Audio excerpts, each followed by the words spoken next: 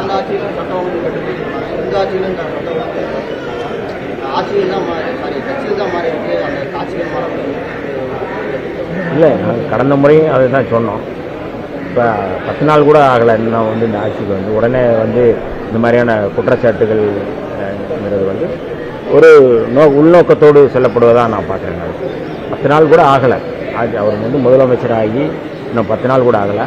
அப்போ 10 நாளுக்குள்ளே வந்து இந்த மாதிரியான குற்றச்சாட்டை சொல்வதற்கான நோக்கம் என்பது என்ன என்பது எல்லாருக்குமே தெரிந்தது.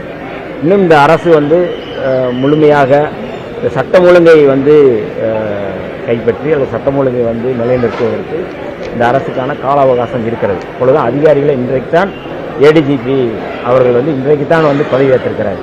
நிறைய அதிகாரிகள் இன்றைக்கு தான் பதவி ஏற்றிருக்கிறாங்க. எல்லாருமே வந்து ஒரு ஹானஸ்டான ஆஃபீஸர்ஸ் தான் இன்றைக்கி வந்து எல்லாம் பதவி ஏற்றிருக்கிறாரு.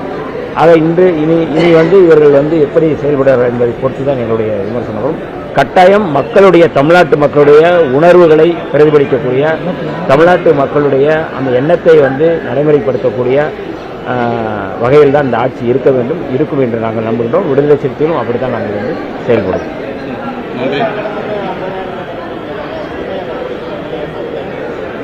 அதாவது இந்த ஏற்கனவே வந்து தேர்தல் அறிக்கையில் அவர்கள் சொல்லப்பட்டது, அந்த அறிக்கையின் அடிப்படையில் தான் இதை வந்து எதிர்பார்க்கிறார்கள். இது முதல் தள்ளுபடி என்பது இது முடிவானதல்ல. 50,000 தான் தள்ளுபடி பண்ணியிருக்கிறாங்க அப்படிங்கிறது, அதுதான் இது முடிவானதல்ல. படிப்படியாக நிதிநிலை அறிக்கையை பொறுத்து இனிமேல் வந்து அந்த தள்ளுபடிக்கான இதை வந்து அமைச்சரவையில் வந்து பேசப்படும் என்பதில் எந்த மாற்று கருத்தும் இல்லை. ஆகவே இது 50,000 இதோடு முடிஞ்சு வச்சு அப்படிங்கிறதுலாம் இல்லை. இதுதான் வந்து இன்னைக்கு இந்த 50,000 தள்ளுபடி பண்ணதிலிருந்து சொல்லப்பட்ட செய்தி.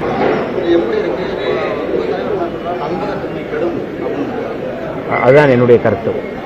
சரிப்பா, ஆந்திராவோட துணை முதல்வர் பவன் கல்யாண் என்ன சொல்லியிருக்காருன்னா, கட் அவுட்டு ஹாலோகிராம் வச்சே விஜய் வந்து முதல்வர் ஆயிட்டார், இதை பார்த்தா எனக்கு பொறாமையா இருக்குன்ற மாதிரி பேசியிருக்காரு பவன் கல்யாண். இதை எப்படி பார்க்குறீங்க? அவங்க கூட்டணி ஆட்சியில் தான் நீங்கள் இருக்கீங்க, இதை எப்படி பார்க்குறீங்க?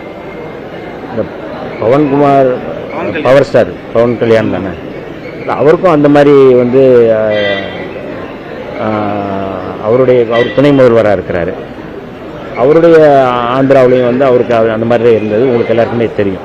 அந்த அவருக்கு வைக்கப்பட்ட கட் அவுட்டை வைத்து இங்கே சொல்கிறார் என்று நான் பார்க்கிறேன். தமிழ்நாட்டில் எங்கே கட் அவுட்டு எங்கே வச்சிருக்கிறாங்க, அதான் அவர் எங்கே அந்த மாதிரி எங்காவது இருக்குதா அப்படிங்கிறத நான் அவங்க ஆந்திராவிலேருந்து அந்த மாதிரி இருக்குது. அதனால் அதை பார்த்துட்டு இங்கே தமிழ்நாட்டில் இருக்குன்னு சொல்லிட்டு அந்த மயக்கத்தில் சொல்கிறாரு அப்படிங்கிறத நான் வந்து பார்த்தேன்.